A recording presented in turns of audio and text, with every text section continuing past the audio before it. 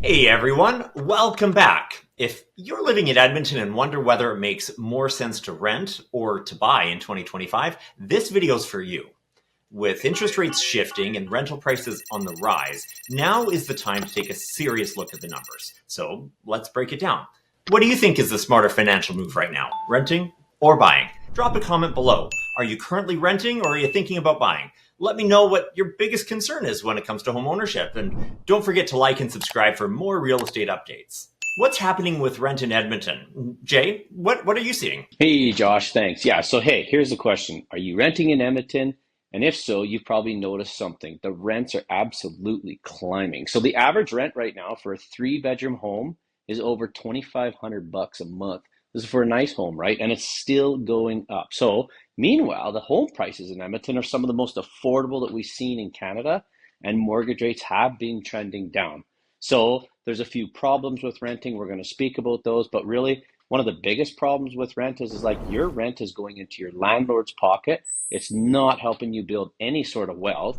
The rent increases are out of control. You could be paying more every single year. And guess what? This is the big one. You don't gain any equity. So you're paying for a home, but you don't own it and you don't get to get any equity from it. So, what is the case for buying a home here in 2025? So, owning a home isn't just about having a place to live, it's about building wealth. So, Josh, tell me, why buying in Edmonton would make more sense than ever in 2025. Sure thing. Well, the first one, of course, is that the mortgage payment can be lower than rent. A $450,000 home at 5% down at today's interest rates means a mortgage payment of about $2,200 a month. And when added to property tax and insurance, it's not really much more than rent. The big thing is that money goes towards something that you own. And if rates drop further, you could possibly refinance and lower that payment even more. Number two, you're building equity instead of throwing money away. Every payment you make helps you own more of your home instead of just paying a landlord. And three, you get stability and security. There's no surprise rent increases. There's no landlord selling the property out from under you, and you benefit from property value increases.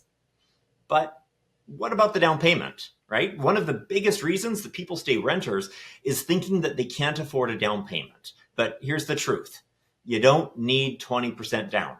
First-time homebuyers can buy with as little as 5% down. And that's only $22,500 on a $450,000 home, which is a lot less than a lot of people think. And in Alberta, the closing costs are only about $2,500 more.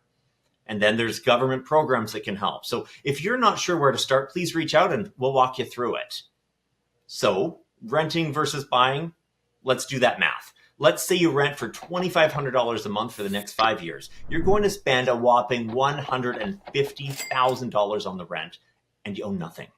So now let's say that you buy a home and you pay $2,200 a month for 5 years.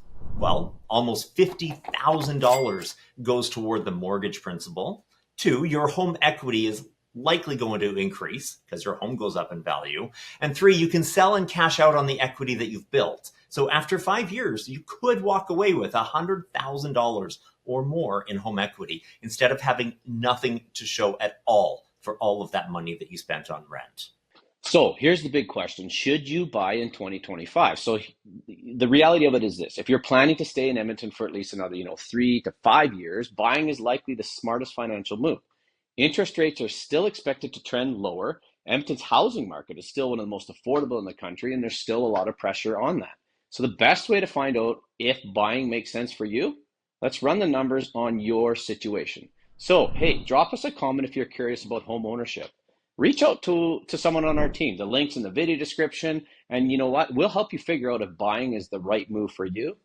And thirdly, please like, subscribe. We'll see you on the next video. We look forward to speaking with you soon.